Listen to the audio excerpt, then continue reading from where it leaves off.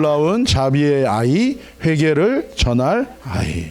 누가복음 1장 56절에서 66절까지의 말씀입니다.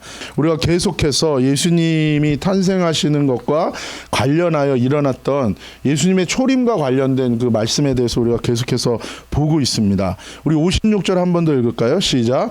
마리아가 석 달쯤 함께 있다가 집으로 돌아가니라. 아멘. 마리아가 엘리사벳 집에 와서 이 석 달을 함께 있다가 집으로 돌아가요. 우리가 지난주 나눈 것처럼 이것은 하나님의 배려하심입니다. 하나님은 우리 인생 가운데 도울 자를 준비하세요. 우리 인생 가운데 동역할 자를 예비하십니다. 사실 이 마리아가 처녀의 몸으로 성령으로 임신했다는 것이 사람들한테 이게 이해될 수 없는 상황이에요. 그리고 당시 사회의 여러 가지 문화적으로 봤을 때 그게 받아들여질 수 없어요. 그리고 설사 그것을 이해한다 할지라도 이 마리아가 메시아를 낳는, 처녀의 몸으로 메시아를 임신하고 이것을 낳는 그 영적인 그 감당해야 될 짐이라는 거는 혼자서 개인이 감당하기에 쉽지 않은 짐이에요. 그래서 하나님께서는 미리 이 엘리사벳을 6개월 전에 먼저 세례 요한의 엄마로서 나이 많은 이 엘리사벳이 애를 낳을 수 있는, 임신할 수 있는 상황이 아니죠. 나이도 많고. 근데 기적을 먼저 베푸셔서 성령으로 잉태하게 하셨어요. 그래서 먼저 이 엘리사벳으로 하여금 나이도 많고, 사촌이고 나이도 많고 또 영적으로도 더 성숙해요. 그래서 먼저 경험하게 하시고 준비하게 하신 거예요. 그리고 나서 6개월이 지난 다음에 이 마리아가 예수님을 임신하게 되면서 그 도울 수 있고 함께 동역할 수 있는 그런 관계를 하나님이 허락해 주셨다는 거예요. 아이를 임신하고 가장 중요하고 민감하고 보호받아야 되고 케어받아야 되는 이 석 달을 함께 성령 충만한 가운데 은혜 받은 사람들끼리 보낼 수 있도록 하나님이 준비하시고 인도해 주셨다는 거예요. 이것이 크신 은혜인 줄로 믿습니다. 우리 인생 가운데도 마찬가지예요. 우리가 살다 보면 우리 삶에 무슨 일이 일어날지 우리가 알 수 없잖아요. 때로는 내가 생각지도 않았는데 나쁜 일이 내 인생 가운데 일어날 수도 있어요.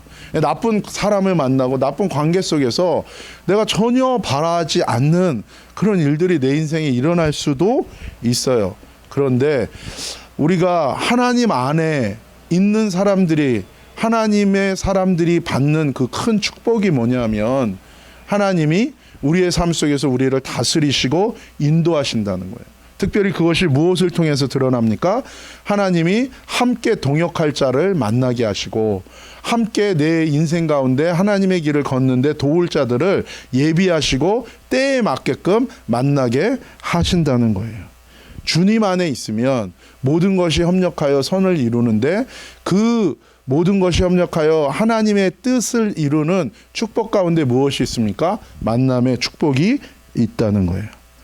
주님은 모든 것을 다 준비하시고 인도하시는 거예요. 그 은혜가 이번 한 해 동안 저와 여러분의 삶 가운데 계속해서 드러나기를 예수님의 이름으로 축복합니다. 그러기 위해서 자기 생각을 내려놔야 돼요. 자기 계산을 내려놔야 돼요. 우리가 이렇게 생각하고 자꾸 계산하다 보면 우리가 생각할 수 있는 범위 안에서 생각하고 계산하면 결론은요, 염려할 것밖에 없어요. 왜냐하면 우리의 미래를 절대 알 수가 없거든요. 하나님이 뭐라고 말씀하셨습니까? 우리의 미래를 감춰 놓으셨다는 거예요.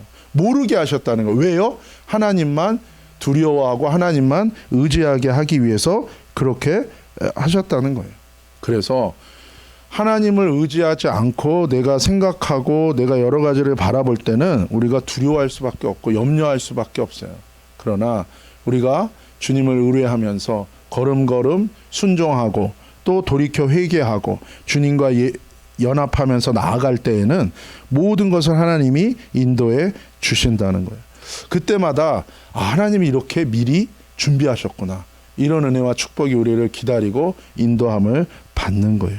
이런 믿음의 승리가 있기를 축복합니다. 57절과 58절이에요. 함께 읽읍시다. 시작. 엘리사벳이 해산할 기한이 차서 아들을 낳으니 이웃과 친족이 주께서 그를 크게 긍휼히 여기심을 듣고 함께 즐거워하더라. 아멘. 먼저 엘리사벳이 이제 세례 요한을 낳았습니다. 큰 하나님의 은혜예요. 여자로서 태가 끊어졌어요. 막혔어요.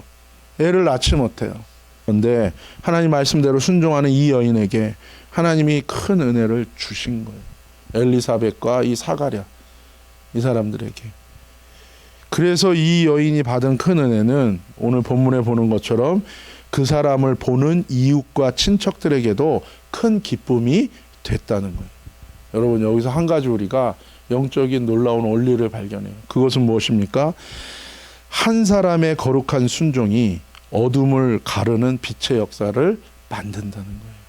한 사람의 거룩한 순종이 절망을 가르는 큰 기쁨의 역사를 만든다는 거예요.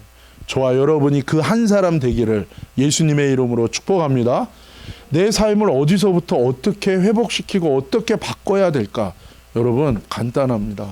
하나님 말씀대로 돌이켜 회개하고 하나님 말씀대로 적은 것에서부터 순종하려고 해보십시오. 그러면 하나님의 시선이 여러분을 향하여 머물게 되어 있는 거예요.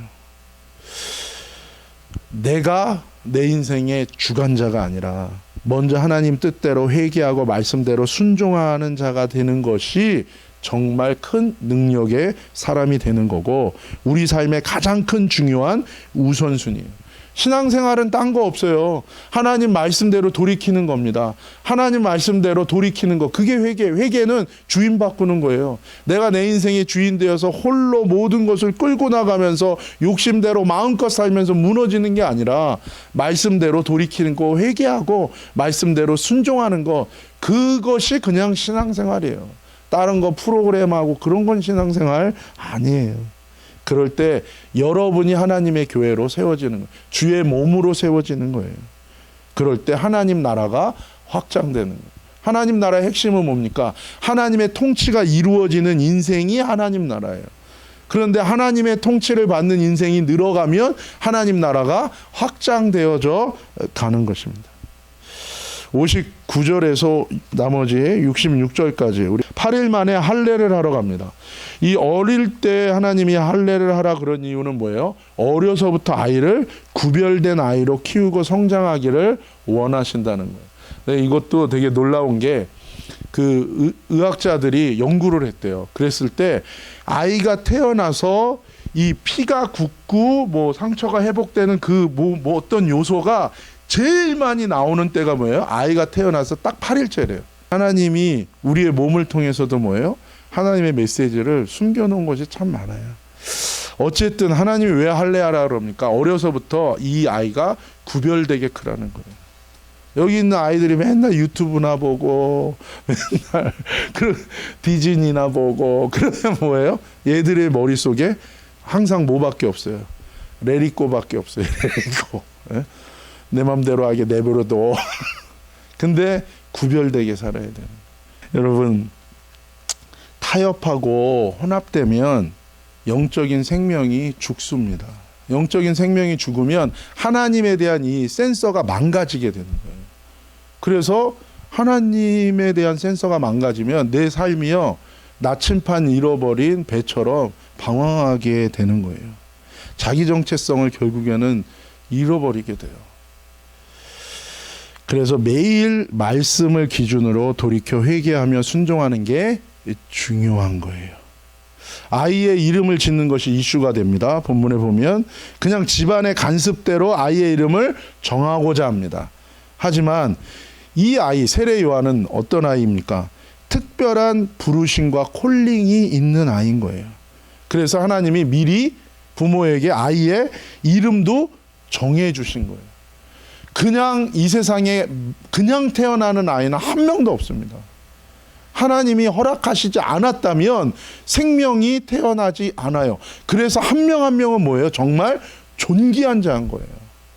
그러나 하나님 없는 인생이 되면 정말 우리 인생이 극단적으로 말하면 쓰레기처럼 육밖에 없는 인생으로 전락될 수도 있는 거예요.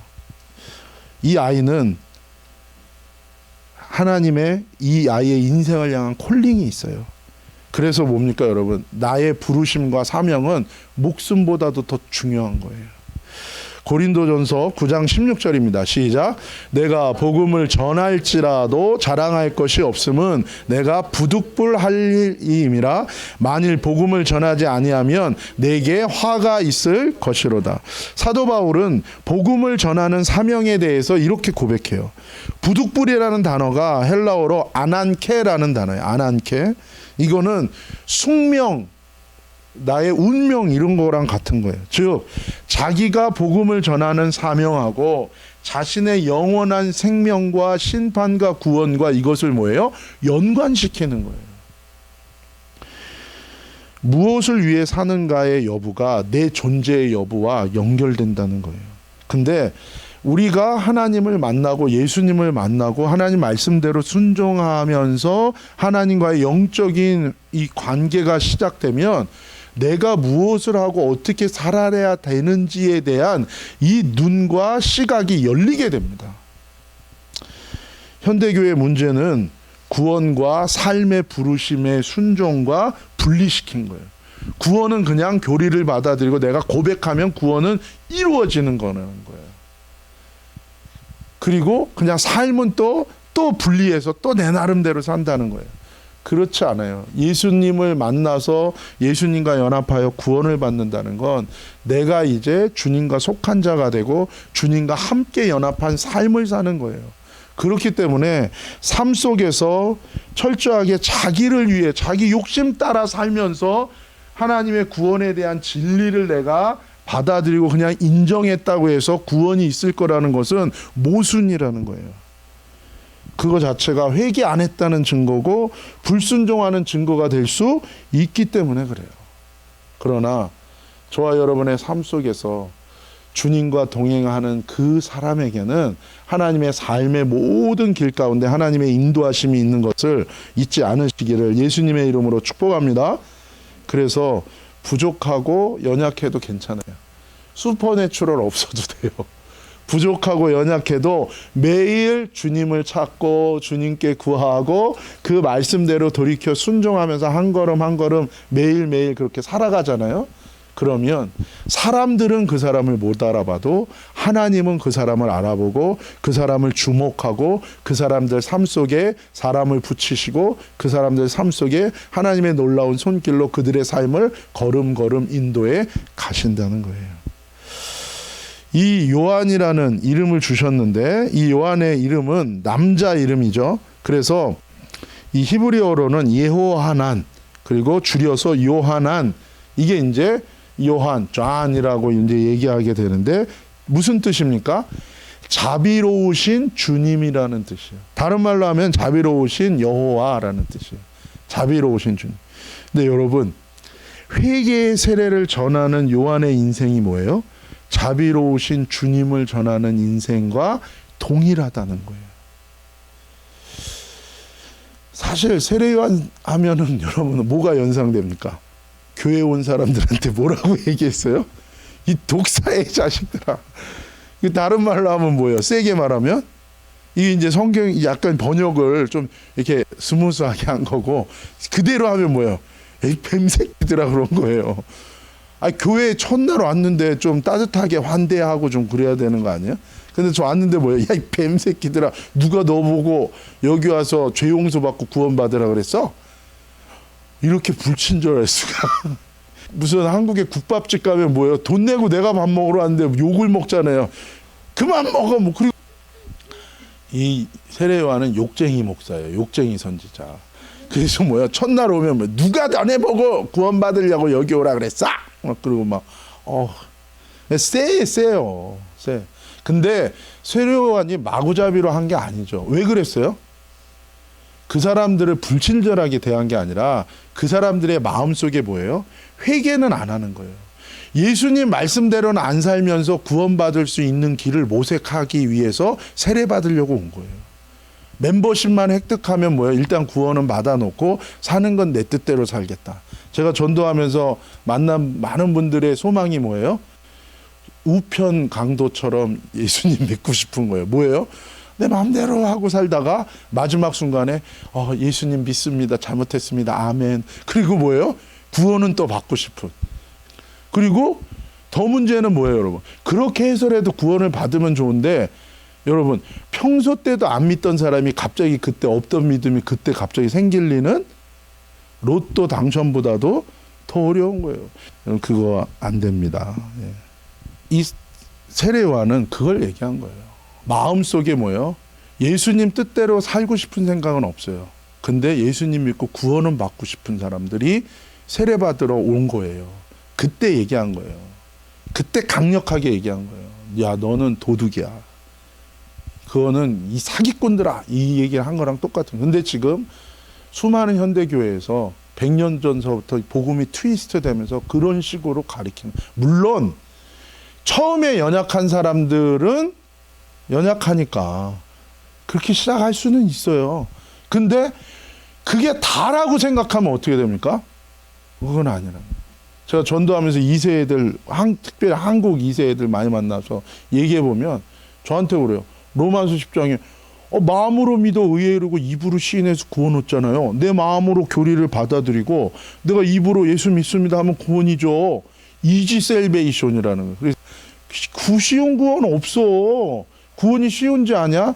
은혜야, 공짜야. 하나님이 하는 건 맞아. 하지만 네 인생을 걸어야 되는 건데 그거 쉬운 구원 아니다. 나중에 가서 주님 뭐라 그래요? 성경에 보면 뭐가 있습니까? 나는 너를 모른다고 하는 게 있어요. 그러면 뭐예요? 그때 가서 심히 울고 슬피하고 일을 간다 그랬어요. 근데 뭐예요? 그렇게 가르쳤기 때문에 모르는 거예요. 모르는 거. 사랑한다고 얘기하면서 마음도 없어요. 그 사람을 위해서 살려고 하는 마음도 없는 사람이 사랑한다고 여러분한테 얘기하면 그 사랑의 고백이 진짜예요? 가짜예요? 가짜인 거죠. 이 세례요한은 강력한 회개의 메시지를 전해요. 왜요? 사람들에게 구원받게 하기 위해서. 그냥은 안 되니까. 그러니까 저도 하나님이 맨날 마켓 가가지고 얘기하게 하는 게 그거예요. 어떤 사람은 그래요. 목사님 때문에 상처받았어요. 막 나한테. 근데 내가 이해는 가요. 왜냐하면 자기는 너무 즐겁게 신앙생활 하는데 다시 한번 구원에 대해서 고려해 보시라고 얘기하면 그게 상처래요. 그런데 여러분 만약에 그냥 그렇게 그냥 잘못 생각하고 자기는 예수님 믿는다고 생각하는데 나중에 주님이 뭐라 그래요? 넌 나를 믿은 게 아니라 네 자신을 믿은 거야 라고 하는 말을 여기서 듣는 게 아니라 나중에 마지막 심판대 앞에서 들으면 어떻게 됩니까? 그때는 더 큰일인 거예요. 세례요한은 그래요. 세례요한이 이렇게 강력한 회개의 메시지를 전했어요. 그런데 하나님이 이 세례요한에게 주신 이름은 뭐예요? 너는 대부분 그러잖아요. 막 회개하라 그러면 사람들이 뭐라 그래요? 사랑의 하나님을 전하지 않고 저런 하나님을, 율법의 하나님을 전하고 상처 주신 하나님을 전한다고. 근데 그런 강력한 회개의 메시지를 전한 요한을 하나님은 뭐예요? 그의 이름이 자비로우신 여호와를 전하는 인생이라는 거예요. 자비가 뭡니까? 죄가 있는데 없다고 용서해 주는 게 자비예요. 그렇죠? 절대 당연히 내 인생은 지옥 가는 게 맞아요. 내 인생은 진짜 죄인이고 나는 심판받는 게 맞아요. 근데 그런 나를 하나님이 구원해 주시고 죄를 용서해 주시고 나를 천국으로 데려가는 게 자비예요. 근데 그 자비는 어떻게 온다고요? 그냥 옵니까? 그냥 오는 게 아니라 회개할 때 오잖아요. 그러니까 강력한 회개를 전하는 이 요한이 어떤 사람인 거예요? 역설적으로 가장 자비로우신 하나님을 전하는 사람이라는 거예요. 근데 사람들은 오해하죠. 종교적인 믿음은 나를 위해서 예수를 믿고 나를 위해서 하나님 믿는 거기 때문에 내가 기분 나쁘면 하나님도 없고 다 없는 거가 되는 거가 되기 때문에 그런 거예요. 그가 전할 강력한 회개의 메시지는 수많은 영혼들의 마음을 아프게 할 거예요. 하지만 그것을 통해서 죄를 용서받고 심판에서 구원받기 때문에 그를 통하여 수많은 자들이 크신 하나님의 자비와 사랑을 경험할 수 있기 때문에 회개 메시지를 전해야 되는 요한의 이름을 자비의 하나님을 전하는 인생이라고 말씀하신 거예요. 저와 여러분이 이 회개를 통해서 그 크신 자비의 하나님을 경험하는, 그 사랑을 경험하는 이번 한 해가 되시기를 예수님의 이름으로 축복합니다. 이번 주에 이번 어제죠, 퀴즈 모임을 했어요. 근데 어떤 한 아이가 저한테 질문을 했어요. 그러니까 Q&A 시간이었어요. 뭐든지 니네가 궁금한 거 다 물어봐라. 그래서 서로 나눴는데 한 아이가 이런 질문을 했어요. 조선시대 때 사람들은 어떡하냐는 거예요. 조선시대 때 사람들. 우리도 많이 했던 질문 아니에요? 조선시대 때 분들. 이 사람들은 너무 억울하잖아요. 하나님 알지도 못하는데 억울하잖아요. 그렇죠? 하나님 알지도 못하는데. 근데 여러분 잘 생각해 보세요. 이 조선시대 때 사람들은 이 사람들의 조상이 있잖아요. 그렇죠? 그러니까 우리가 흔히 그렇게 생각해요. 이 기독교가 신흥 종교라고 생각하는 거야. 신흥 종교. 그렇죠? 조선시대 때는 뭐예요? 기독교는 완전 상관없는 외래 종교, 서양 종교. 그렇죠? 그런 생각이 있는 거예요. 우리는 원래 그냥 이 땅에 터잡고 반만년의 유구한 역사 속에 그냥 원래 살아오던 사람들이고, 이 기독교라는 게 따로 우리한테 전해진 거라는 생각이 있는 거예요. 그렇습니까? 그렇지 않아요. 이미 우리는 이 땅에 지금 존재하는 사람들은 누구의 자손들입니까? 누구의 후손이에요? 당군 할아버지? 누구의 자손이에요? 노아죠. 노아 때 다 죽었잖아요. 노아의 후손인 거예요. 그래서 이 노아의 후손들은 뭘 알고 있어요? 하나님의 심판과 구원을 알고 있고, 물로 온 세상이 홍수로 심판받았다는 거 알아요. 그래서 중남미에 가면 뭐예요? 동굴 속에 뭐가 그려져 있어요? 세계 곳곳에 노아 홍수를 암시하는 기록들이 다 남아 있어요. 재밌는 거는 나이를 따져보면요, 아브라함이 어렸을 때 누가 살아 있었어요? 노아가 살아 있었어요. 아브라함 어렸을 때 그 믿음이 어디서 왔어요? 노아 할아버지의 홍수 심판 얘기를 다 들은 거예요. 여러분, 그래서 사실은요, 하나님을 몰랐던 게 아니라면 이 하나님 아는 데서 출발했다니까요. 문제는 뭐예요? 그러나 그들이 타락한 거예요. 하나님을 안 가르쳐주고 못 믿은 게 아니라 뭐예요? 이미 다 알고 있었는데 타락해서 하나님을 버린 거예요. 그래서 그 후손들이 하나님을 모르게 된 거지, 처음부터 하나님을 안 가르쳐주고 간 게 아니라고요. 내가 하나님을 버리고 내가 마음대로 살면 내 자식들은 하나님을 만나지 못할 가능성이 있죠. 그것이 하나님 탓은 아니라는 거예요. 그럼에도 불구하고 로마서에서는 또 뭐라고 얘기합니까? 누구든지 하나님을 아는 양심이 있다는 거예요. 창조주에 대한 양심이 있다는 거예요. 그래서 여러분, 성경 곳곳에 어떤 사람들이 있습니까? 발람 선지자 아시죠? 타락한 발람 선지자. 근데 그 발람 선지자는 교회 다녔습니까? 발람 선지자 완전 이방인이에요. 근데 그 발람 선지자는 누구의 음성을 이미 듣는 사람이었어요? 하나님의 음성을 듣고 예언하는 사람이었어요. 신약에 오면 예수님께 찾아와서 경배한 사람들 누굽니까? 우리가 아는 동쪽에서 온 닥터들, 동방박사. 이 사람들 이방인이에요. 이 사람들은 뭐 하던 사람들이에요? 별 연구하던 사람들이에요. 근데 이 사람들은 그것을 통해서 누구의 메시지를 들었어요? 하나님 메시지 들었어요. 그리고 그 예수님 메시아가 올 거 알고 먼 길을 와서 예배하러까지 왔어요. 하나님을 알만한 것에 대해서 하나님이 허락해 주시는 것이 있습니다. 그렇기 때문에 하나님이 기회도 안 주시고 무조건 전달에 늦게 와서 몰라서 죽었어요는 통하지가 않아요. 그럼에도 불구하고 하나님은 또 어떻게 됩니까? 오랫동안 하나님을 떠난 사람들에게 저 같은 사람 통해서 그 사람이 다시 한번 저는 그런 백인들 정말 많이 만났어요. 유대인들도 그런 사람들 많습니다. 근데 해당 시나고그는 매주 가요. 그 물어봐요. 아니 너 하나님 홀로코스트 때문에 자기는 안 믿는데요. 하나님 살아계신데 어떻게 이런 일이 있을 수 있어? 그때 신앙 버렸다는 거예요, 이 할아버지는. 근데 뭐예요? 시나고그는 매주 가요. 그래서 물어봤어요. 아니, 하나님 안 믿으시는데 회당은 왜 가세요? 그랬더니 뭐라 그러는 줄 아세요? 주이시니까. 유대인이니까. 그리고 젊은이들 가운데는요, 완전히 그냥 세속적인 사람들도 되게 많아요. 근데 하나님이 만나게 하시고 그 사람들에게 하나님 말씀을 전하게 하는 기회를 그 사람들에게 주세요. 하나님이 자비로우신 분입니다. 그러나 분명한 건 무엇입니까? 하나님의 이 자비는 그냥 오는 게 아니라 하나님의 말씀대로 돌이켜 회개하는 자에게 하나님의 이 자비가 온다는 거예요. 성경은 이렇게 얘기해요. 하나님의 자비는 영원하시고 무궁하시다는 거예요. 죄의 무서움을 우리가 알아야 됩니다. 영원한 심판을 기억해야 돼요. 왜요? 죄는 그렇게 무서워요. 하지만 하나님의 자비는 또한 무궁해요. 그러나 그 자비는 회개하는 자에게 주시는 거예요. 좋은 약이 뭐라고요? 입에는 써요. 근데 몸에는 좋아요. 그것처럼 하나님의 복음은 분명히 이건 우리에게 죄 사함을 주는 놀라운 사랑의 복음인데 이것이 우리 입에는 쓴 것으로 시작해요. 왜요? 그 말씀은 내 본성과 부딪히게 돼 있어요.